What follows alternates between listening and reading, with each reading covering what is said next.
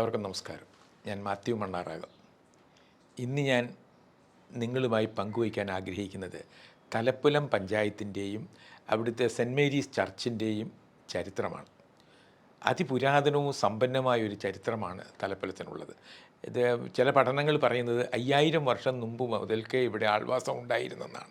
അത് കഴിഞ്ഞ് പകർച്ചവ്യാധിയോ മറ്റോ വന്ന് ഒരു ഘട്ടത്തിൽ എല്ലാവരും മരിച്ചു പോവുക, സ്ഥലം മാറിപ്പോവുകയോ ചെയ്തു. വീണ്ടും ഒരു 3000 വർഷങ്ങൾക്ക് മുമ്പ് ഇവിടേക്ക് വീണ്ടും കുടിയേറ്റം നടന്നതായിട്ടാണ് മനസ്സിലാക്കാൻ കഴിയുന്നത്. നരീങ്ങാനത്തിനടുത്തുള്ള മൂങ്ങാമലയിൽ വനവാസകാലത്ത് പാണ്ഡവന്മാർ താമസിച്ചിരുന്നു എന്ന് ഒരു ഐതിഹ്യമുണ്ട്. 1880കളിൽ റെവറൻഡ് എ.എഫ്. പെയിൻറ്റർ എന്ന CSI മിഷണറിയാണ് പനക്കപ്പാലം, പ്ലാശനാൽ, വെട്ടിപ്പറമ്പ്, കളത്തൂക്കടവ്, മൂന്നലവ് വഴി ഉള്ള അമ്പാറ മങ്കൊമ്പ് റോഡ് നിർമ്മിച്ചത്. ഈ പ്രദേശത്തിൻ്റെ ഫലപുഷ്ടിയാണ് എല്ലാവരെയും ആകർഷിക്കുന്നത്. ഒരുപക്ഷെ തലപ്പുലം എന്ന പേരിനെ അന്വർത്ഥമാക്കുന്നതാണ് ആ പ്രദേശത്തിൻ്റെ വളക്കൂറ്. അവിടുത്തെ തലപ്പുലം എന്ന് പറഞ്ഞാൽ ഏറ്റവും മികച്ച വയലെന്നാണ് അർത്ഥം. ഇത് മുഴുവൻ പാടശേഖരങ്ങളാണെന്നുള്ളതാണ് മറ്റൊരു രസകരമായ കാര്യം. അതായത് തലപ്പുലം മുതൽ അതങ്ങ് പോയാൽ നെരിങ്ങാനം കൂടി, പ്രവിത്താനം കൂടി, കൊല്ലപ്പള്ളി കൂടി, പിഴക് കൂടി, പിറവം കൂടി, അങ്ങ് ഐങ്കൊമ്പ് കൂടി അങ്ങ് പോകുക. ഐങ്കൊമ്പ് പിറവ് കൂടി അങ്ങ് പോയി അവസാനിക്കുന്നത് വേമ്പനാട്ട് കായലിലാണ്. അതിന് രണ്ട് വശങ്ങളിലും വിശാലമായ വയൽപ്പാടങ്ങളായിരുന്നു, നെൽപ്പാടങ്ങളാണ് ഉണ്ടായിരുന്നത്. അപ്പോൾ ഈ പാണ്ഡ്യാങ്കൽ, പാണ്ഡ്യാമാക്കൽ, ഇതെങ്ങനെയുള്ള പല വീട്ടുപേരുകളുണ്ട്. ഇതൊക്കെ പണ്ടകശാലിയായിട്ട് ബന്ധപ്പെട്ട പദങ്ങളാണ്.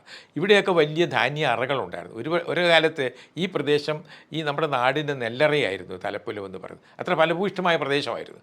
അപ്പോൾ അത് കഴിഞ്ഞ് കാലങ്ങൾ കഴിഞ്ഞു പോയി. അപ്പോൾ അവിടെ ഒന്നുകൂടെ ഓർക്കണം, അവിടെ ചില ക്ഷേത്രങ്ങളുണ്ട് പ്രസിദ്ധങ്ങളായ. അതായത് മേലമ്പാറ ധർമ്മശാസ്ത്ര ക്ഷേത്രം, അതുപോലെ തന്നെ ഇഞ്ചോലിക്കാവ് ക്ഷേത്രം, ശ്രീകൃഷ്ണസ്വാമി ക്ഷേത്രം, അങ്ങനെ പല പ്രസിദ്ധങ്ങളായ ക്ഷേത്രങ്ങളുണ്ട്.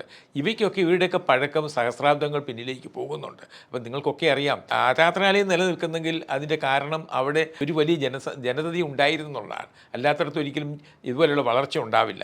അപ്പോൾ ഈ പ്രസിദ്ധമായ ഈ പ്രദേശത്ത് പല പ്രമുഖർക്കും ഈ പ്രദേശം ജന്മം നൽകിയിട്ടുണ്ട്. നിങ്ങൾക്കൊക്കെ അറിയാം, പ്രസിദ്ധനായ ജന്മം കൊണ്ട് പാലക്കാരനാണേലും കർമ്മം കൊണ്ട് അഞ്ഞൂറ്റിമംഗലംകാരനായ മഹാകവി കട്ടക്കയം ചെറിയാൻ മാപ്പിള, ദേവസ്യ അഞ്ഞൂറ്റിമംഗലം, മാർ തിയോഫിൻ താന്നിക്കുന്നേൽ, മുൻ MLA PT തോമസ്, പ്രസിദ്ധ ഭിഷഗ്വരനായ എഴുക്കുന്നേൽ കേളൻ, പലതവണ തലപ്പലം പഞ്ചായത്തിൻ്റെയും ഈരാറ്റുപേട്ട ബ്ലോക്ക് പഞ്ചായത്തിൻ്റെയും പ്രസിഡൻ്റായിരുന്ന പ്രേംജി R, മേലമ്പാറ ബാങ്കിൻ്റെയും മേലുകാവ് ഹൗസിംഗ് സൊസൈറ്റിയുടെയും ദീർഘകാലം പ്രസിഡൻറ്റും ജില്ലാ പഞ്ചായത്ത് പ്രസിഡൻറ്റുമായിരുന്ന അഡ്വക്കേറ്റ് സെബാസ്റ്റ്യൻ, അഡ്വക്കേറ്റ് എബ്രഹാം മാത്യു മഴുവഞ്ചേരിൽ, ഒരു 3-4 MLA ഇവിടെ നിന്നുണ്ടായിട്ടുണ്ട്. അതായത് പ്രസിദ്ധനായ PS ഗോപാലപിള്ള അഡ്വക്കേറ്റ് ആയിരുന്നു, NSSൻ്റെ വൈസ് പ്രസിഡൻ്റായിരുന്നു. അതുപോലെ തന്നെ ഇദ്ദേഹം ശ്രീമൂലം പ്രജാസഭയിലെ അംഗമായിരുന്നു. അതുപോലെ TK ഗോവിന്ദൻ പിന്നോക്ക ജനവിഭാഗത്തിൻ്റെ നേതാവും പിന്നെ പ്രജാസഭാ അംഗമായിരുന്നു. പിന്നെ AC കുര്യാക്കോസ് അധികാരം, അദ്ദേഹവും പ്രജാസഭാ അംഗമായിരുന്നു. 3 പ്രജാസഭാംഗങ്ങൾക്ക് ഈ പ്രദേശം ജന്മം നൽകിയിട്ടുണ്ട്. ഞാൻ പറഞ്ഞത് മാത്രമല്ല, ഒട്ടനവധി ആളുകൾക്ക് ഈ പ്രദേശം ജന്മം നൽകിയിട്ടുണ്ട്. പിന്നെ അതുപോലെ അതിൻ്റെ ആധുനിക ചരിത്രം പറയുന്നത് 1952-ലാണ്. 52-ൽ കേരളത്തിലെ നമ്മുടെ പഴയ പൂഞ്ഞാർ നിയോജകമണ്ഡലത്തിൽ 6 പഞ്ചായത്തുകൾ രൂപീകരിക്കപ്പെട്ടതിലൊന്നാണ് തലപ്പുലം. ഈ തലപ്പലം പഞ്ചായത്തിൽ രൂപീകരിക്കപ്പെട്ടപ്പോൾ ഇതിൻ്റെ ആദ്യത്തെ പ്രസിഡൻ്റ് എന്ന് പറയുന്നത് MT തോമസ് മുതലക്കുഴിയിലായിരുന്നു ഇതിൻ്റെ ആദ്യത്തെ പ്രസിഡൻറ്റ്. ഐപ്പ് ഇട്ടിയവര ഓലിക്കലാണ് പഞ്ചായത്ത് ഓഫീസ് സ്ഥിതി ചെയ്യുന്ന സ്ഥലം സംഭാവന ചെയ്തത്. പിന്നെ ഇവിടെ സ്വാതന്ത്ര്യ സമരത്തിൽ പങ്കെടുത്ത ഒട്ടനവധി ആളുകളുണ്ട്. അവരുടെ പേരുകൾ പറയുമ്പോൾ KP ജോസഫ് കാരിപ്പറമ്പിൽ, പൂവത്തുങ്കൽ ജോസഫ്, ഡോക്ടർ തോമസ് ഇളന്തോട്ടം, പുളിക്കൽത്താഴെ മാത്തൻ എന്നിവർ സ്വാതന്ത്ര്യ സമരത്തിൽ പങ്കെടുത്തു. ഇവരിൽ ഡോക്ടർ തോമസ് ഇളന്തോട്ടവും അതുപോലെ വർക്കി മുതലക്കുഴിയും ജയിൽവാസവും അനുഭവിച്ചിട്ടുണ്ട്. അപ്പോൾ അങ്ങനെ ഒരു ദീർഘമായ ചരിത്രം ഇതിന് കിടപ്പുണ്ട്. പിന്നെ അതുപോലെ 52-ൽ പഞ്ചായത്ത് രൂപവൽക്കരിക്കപ്പെട്ടു. അത് കഴിഞ്ഞ് അന്ന് ഈ പഞ്ചായത്ത് വളരെ വിസ്തൃതമായിരുന്നു. ഈരാറ്റുപേട്ട, വടക്കനാറ് തുടങ്ങി അങ്ങ് കിടക്കുന്ന സ്ഥലങ്ങളെല്ലാം തലപ്പലം പഞ്ചായത്തിൻ്റെ ഭാഗമായിരുന്നു.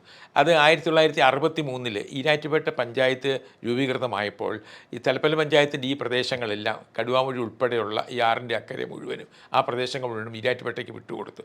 അത് കഴിഞ്ഞ് 1969-ൽ പഴയ പൂഞ്ഞാർ വടക്കേക്കര പഞ്ചായത്ത് വിഭജിച്ചപ്പോൾ തലനാട് പഞ്ചായത്തും വലിയകുമാരമംഗലം ആയിട്ടാണ് വിഭജിക്കപ്പെട്ടത്. അപ്പോൾ വലിയകുമാരമംഗലത്തിന് സ്ഥലം കുറവാണെന്ന് കണ്ടപ്പോൾ തലപ്പലം പഞ്ചായത്തിൻ്റെ ഭാഗമായ തഴയ്ക്കവയൽ, ചകണിയാന്തടം, പുതുശ്ശേരി, കൂട്ടക്കല്ല്, തുടങ്ങിയ പ്രദേശങ്ങളെല്ലാം മൂന്നില് പഞ്ചായത്തിലോട്ട് കൂട്ടിച്ചേർക്കുകയുണ്ടായി. അപ്പോൾ ഈ പ്രദേശത്തുള്ള ഒരു പൂഞ്ഞാർ രാജാവിൻ്റെ കീഴിൽപ്പെട്ടവരായിരുന്നില്ല.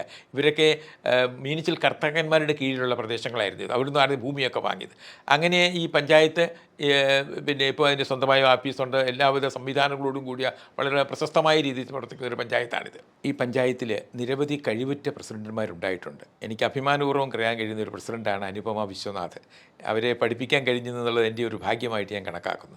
അതിനുശേഷം വന്ന അധ്യാപികയായ എൽസമ്മ തോമസ്, അവരും കഴിവുറ്റ ഒരു പ്രസിഡൻ്റാണ്. ഒത്തിരി പ്രസിഡന്റുമാരുണ്ട്, ഞാൻ അവരുടെയൊക്കെ പറഞ്ഞു നിർത്തുകയാണ്. പിന്നെ ഇവിടെ ഒത്തിരി സ്കൂളുകൾ ഉണ്ടായിട്ടുണ്ട്. 1912 മേലമ്പാറയെ ഒരു സർക്കാർ സ്കൂൾ ആരംഭിക്കുകയുണ്ടായി. അതുപോലെ കഞ്ഞൂറ്റുമംഗലത്ത് സ്കൂൾ ആരംഭിച്ചു. അതുപോലെ 1865 പ്ലാച്ചന പള്ളിയുടെ വകയായിട്ടൊരു സ്കൂളുണ്ടാക്കി, ഒരു LP സ്കൂളുണ്ടാക്കി. അത് 1916 വരെ പ്രവർത്തിച്ചു.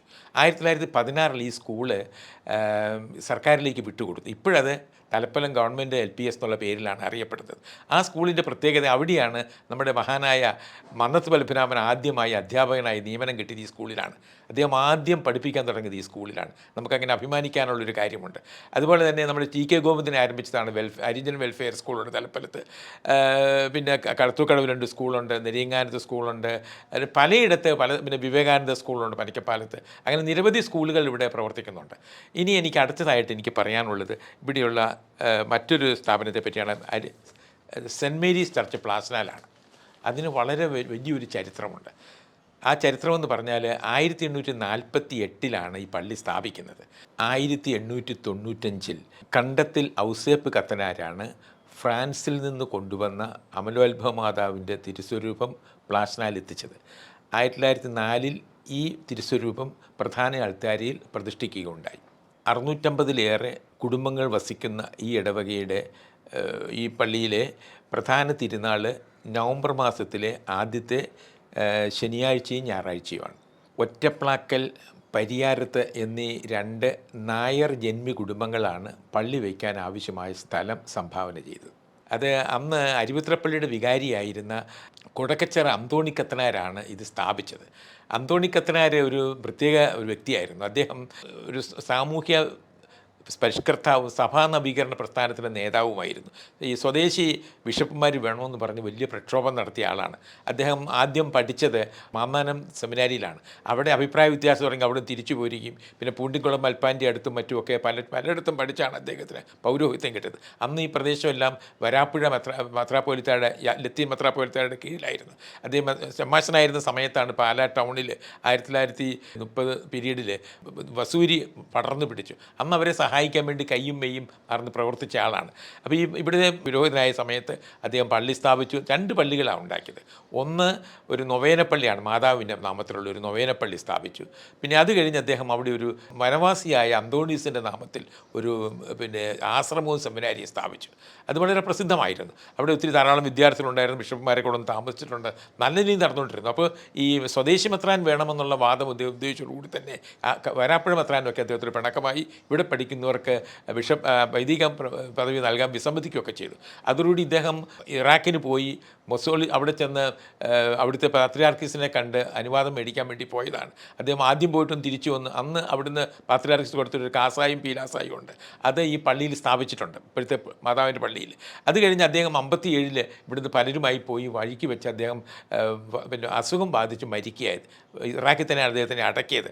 അപ്പോൾ ഈ സെമിനാരി ഇവിടെ കിടന്നത്, പിന്നെ അതിൻ്റെ പ്രവർത്തനം നടന്നില്ല. അപ്പോൾ ഇന്നത്തെ സ്ഥിതി ചെയ്തിരുന്ന സ്ഥലമെന്ന് പറഞ്ഞ് ഇന്നത്തെ നടയിരിക്കുന്നതിന് താഴെയായിരുന്നത് അന്നത്തെ ആശ്രമ ദേവാലയവും സെമിനാരിയും ഒക്കെ. അവിടെ പിന്നീട് ഇതൊരു മുണ്ടമറ്റത്ത് കത്തനാരുടെയൊക്കെ നേതൃത്വത്തിൽ പിരിവെടുത്ത് മറ്റൊരു പള്ളി പണിതിരുന്നു. പക്ഷേ ആ പള്ളി പണിത് കഴിഞ്ഞപ്പോൾ അത് പിന്നെ കുറച്ച് കാലത്തേക്ക് അതൊരു ശവക്കോട്ടപ്പള്ളി എന്ന പേരിലാണ് അറിയപ്പെട്ടിരുന്നത്. 1941 അത് പൊളിച്ചു മാറ്റുന്നത്. അതുവരെ സമ്പന്നരായ ആളുകളുടെ അടക്കുന്നത് അവിടെയായിരുന്നു. കൊടക്കച്ചിറ അച്ഛൻ പോയി കഴിഞ്ഞപ്പോൾ പിന്നീട് വന്നത് ആൻ്റണി, ബഹുമാനപ്പെട്ട അന്തോണി തൊണ്ടനാട്ടാണ്. അദ്ദേഹം ശീഷ്മയിൽപ്പെടുകയും ഈ ഭരണങ്ങാനം പ്ലാസനപ്പള്ളി അദ്ദേഹത്തിൻ്റെ നിയന്ത്രണത്തിലാവുകയും ചെയ്തു. അങ്ങനെ ഒരു 5 വർഷത്തോളം ഇത് അവരുടെ കീഴിലായിരുന്നു. പിന്നീട് കോടതി വിധി പ്രകാരമൊക്കെയാണ് പ്ലാസനപ്പള്ളിക്ക് ഈ സ്ഥലം തിരിച്ചു കിട്ടിയത്.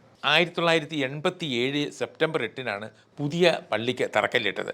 അത് 1991 ഫെബ്രുവരി 16 ബഹുമാനപ്പെട്ട പാലാ രൂപതയിലെ ബിഷപ്പായിരുന്ന ജോസഫ് പള്ളിക്കാപ്പറമ്പിലാണ് അതിൻ്റെ വെഞ്ചരിപ്പ് കർമ്മം നിർവഹിച്ചത്. മനോഹരമായ പള്ളി പള്ളിയാണ്, കോമ്പൗണ്ട് എല്ലാം ഉണ്ട്. ഇപ്പോൾ അവിടെ പിന്നെ കൊടക്കച്ചിറ പിതാവിൻ്റെ അച്ഛൻ്റെ ഒരു സ്മാരകമൊക്കെ നമ്മുടെ ബഹുമാനായ ഓലിക്കലച്ചൻ വന്നപ്പോൾ അത് സ്ഥാപിച്ചിട്ടുണ്ട്. അഭിമാനകരമായ കാര്യമാണ്. പിന്നെ അടുത്തതായിട്ട് എനിക്ക് പറയാനുള്ളത് ഇവിടെ ഒരു ഹൈസ്കൂളിനെ പറ്റിയാണ്. 1930 സെൻറ്റ് ആൻ്റണീസ് UP സ്കൂൾ ആരംഭിച്ചു. LP സ്കൂൾ ഗവൺമെൻറ്റിൻ്റെ ഉള്ളതുകൊണ്ട് ഒരു UP സ്കൂൾ ആരംഭിച്ചു. അത് കഴിഞ്ഞ് അതിന് അംഗീകാരം 1949 ഹൈസ്കൂളായും 1998 ഹയർ സെക്കൻഡറി സ്കൂളായിട്ടും ഉയർത്തപ്പെട്ടു. ഇപ്പോഴത് വളരെ മികച്ച രീതിയിൽ നല്ല അച്ചടക്കവും വിജയശതമാനമുള്ള ഒരു സ്കൂളാണ്. അവിടെ പള്ളിയുടെ മാനേജ്മെൻറ്റിന് കീഴിലുള്ളതാണ്. അവിടെ 900ഓളം വിദ്യാർത്ഥികൾ ഓടിക്കുന്നുണ്ട്. അതുപോലെ തന്നെ 50 അധ്യാപകർ സേവനം അനുഷ്ഠിക്കുന്നുണ്ട്. അങ്ങനെ വളരെ അഭിമാനകരമായ ഒരു ചരിത്രമാണ് തലപ്പലത്തിനുള്ളത്. അവിടുത്തെ ക്ഷേത്രങ്ങൾ പലതും ഉണ്ട്. അവിടുത്തെ ക്ഷേത്രങ്ങൾ ഞാൻ ആദ്യം പറഞ്ഞ അവയെപ്പറ്റി ഞാൻ മറ്റൊരു എപ്പിസോഡിൽ പറയാൻ വേണ്ടിയാണ്. കാരണം എല്ലാം കൂടി ഒന്നിച്ച് പറയാൻ ബുദ്ധിമുട്ടാണ്. നിരവധി പള്ളികളുണ്ട്, ആരാധനാലയങ്ങളുണ്ട്, എല്ലാ തരത്തിലും സംസ്കാര സമ്പന്നമായൊരു പ്രദേശമാണ്. അപ്പോൾ ഇതേപ്പറ്റി പറയാൻ കഴിഞ്ഞതിൽ എനിക്ക് സന്തോഷമുണ്ട്. എൻ്റെ പ്രഭാഷണം ശ്രമിച്ച് എല്ലാവർക്കും നന്ദി രേഖപ്പെടുത്തിക്കൊണ്ട് അവസാനിപ്പിക്കും. ബ്ലോക്ക് ബസ്റ്റർ ഓഫർ: 5 കാറുകൾ, 100 ബൈക്കുകൾ, 100 പേർക്ക് ഇന്റർനാഷണൽ ട്രിപ്പ്, 100 പേർക്ക് റിസോർട്ട് വെക്കേഷൻ. ഓരോ ദിവസവും 1 ലക്ഷം വീതം ക്യാഷ് പ്രൈസും കൂടാതെ 15 കോടിയുടെ ഉറപ്പായ ഡിസ്കൗണ്ടുകളും സമ്മാനങ്ങളും. മൈ ജിയോണം മാസോണം season 2. Emerge eye and ENT hospital, private bus സ്റ്റാൻഡിന് സമീപം, Erattupetta. Rani rice and flavours. രുചിച്ചു തന്നെ അറിയണം ഈ പാരമ്പര്യത്തിന്റെ മേന്മ.